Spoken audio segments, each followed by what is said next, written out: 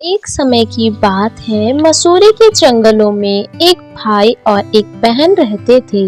भाई का नाम पिंटू और बहन का नाम टुनटुनी था। पिंटू का वह बहुत ही आलसी था।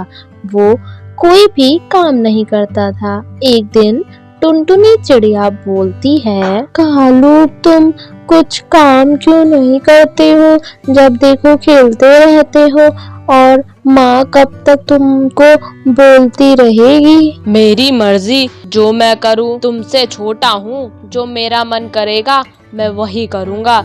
जब मेरा समय आएगा तब मैं काम कर लूंगा। तभी कालू की माँ आ जाती है और कहती है, चिंटू तुम ऐसे बात कर रहे हो अपनी बहन से, चलो माफी मांगो, वो तो तुमसे सही कह रही है। पिंटू कौवे को गुस्सा आ जाता है और वो वहाँ से चला जाता है।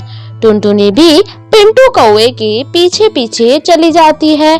तभी टुनटुनी बोली, अरे पिंटू भैया, ओ पिंटू भैया, इतने गुस्से में कहाँ जा रहे हो? मैं जंगल में जा रहा हूँ लकड़ियाँ काटने। जब देखो तुम सब मुझे ताने ही मारते रहते हो। और इसी तरह टुनटुनी चिड़िया और पिंटू कौवे का पीछा करते करते जंगल में पहुंच जाती है।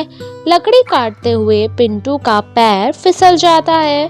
वो नदी में गिर जाता है। टुनटुनी मुझे बचाओ, मुझे बचाओ, मैं बह रहा हूँ। पिंटू कौवा नदी में बहता चला गया और नदी उसे कहीं दूर ले गई। अरे ये मैं कहाँ आ गया? यहाँ किसका महल है? पिंटू कौवा जैसे ही नदी से बाहर निकलता है, उसके सामने जलपरी आ जाती है। ठहर जाओ बेटा, कहाँ जाना चाहते हो तुम?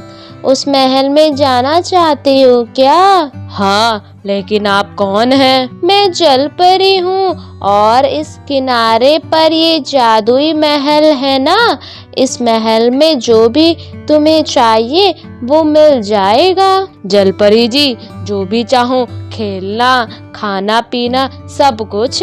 हाँ, मैं तो इस महल की रखवाली करती हूँ। जलपरी जी, मुझे भी इस महल में जाना है। मैं कुछ समय अपने घर वालों से दूर रहकर यहाँ रहना चाहता हूँ। मेरे घर वाले तब मुझे समझेंगे। तुम महल में तो जा रहे हो, लेकिन मेरी इजाजत के बिना बाहर नहीं आ सकते। हाँ जलपरी जी, ठीक है। तभी पिंटू कौवा महल में चला जाता है। तभी महल का दरवाजा बंद हो जाता है। कितना सुंदर और कितना बड़ा महल है।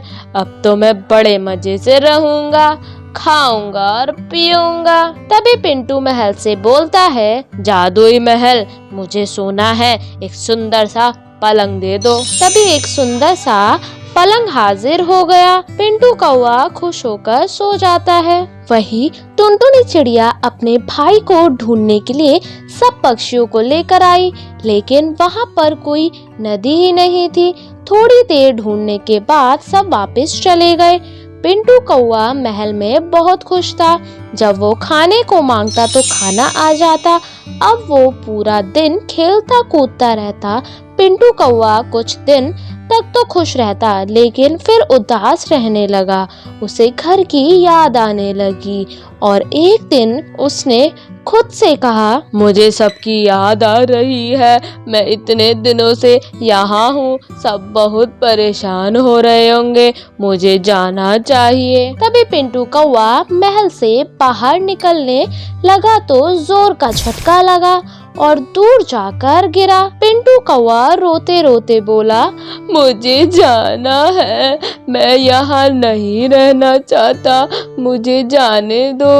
महल बोला, अब तुम यहीं रहोगे, जब जलपरी का आदेश आएगा तभी तुम जा सकोगे। पिंटू जोर जोर से परी को आवाज लगाने लगा।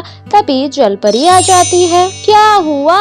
पिंटू कौआ। जलपरी जी, यहाँ नहीं रहना है मुझे घर जाना है। लेकिन तुम तो चाहते थे कि तुम मजे में रहो। नहीं, मुझे अपने घर जाना है। मैं अब सब काम करूँगा, अपने घर वालों को परेशान नहीं करूँगा। तभी जलपरी उसकी बात मान लेती है और पिंटू को महल से आजाद कर देती है। पिंटू कौआ तेजी से उड़ता हुआ अपने घर पहुंच जाता है। वहाँ सब आराम से काम कर रहे थे। अरे पिंटू, क्या हुआ? तुम तो अभी जंगल गए थे ना लकड़ी काटने। मैं भी तुम्हारे साथ ही थी, तुम दिखे ही नहीं और मैं आ गई। पिंटू कौआ सोचने लगा, मैं तो काफी दिन से घर से बाहर जादुई महल में था, लेकिन टुनटुनी ऐसा क्यों बोल रही है? पिंटू कौवे को पता नहीं था कि वो जब जादुई महल में था तब समय वहीं रुक गया था और टुनटुनी चिड़िया सब कुछ भूल चुकी थी, इसलिए किसी को पता ही नहीं चला ये सब जादुई महल का जादू है। ये बस पिंटू कौआ ही जानता था। अगली सुबह जल्दी उठकर बाहर जंगल में पिंटू कौआ लकड़ी काटने चला गया। जब वो लौटा तब माँ और टुनटुनी उसके पास आई और कहने लगी, पिंटू बेटा, तुम तो बड़े मेहनती हो, हमें माफ कर दो, हम तुम्हें ऐसे ही डांटते थे। नहीं माँ, अब मुझे समझ आ गया है कि काम कितना जरूरी है। अब मैं आराम नहीं करूँगा, काम करूँगा। इस तरह माँ और टुनटुनी दोनों ने पिंटू को गले लगा लिया। तो बच्चों, कैसी लगी ये कहानी? ऐसी ही प्यारी प्यारी सुंदर सुंदर कहानियों को देखने के लिए हमारे चैनल को सब्सक्राइब करें, लाइक करें और कमेंट करना ना भूलें। बाय बाय बच्चों।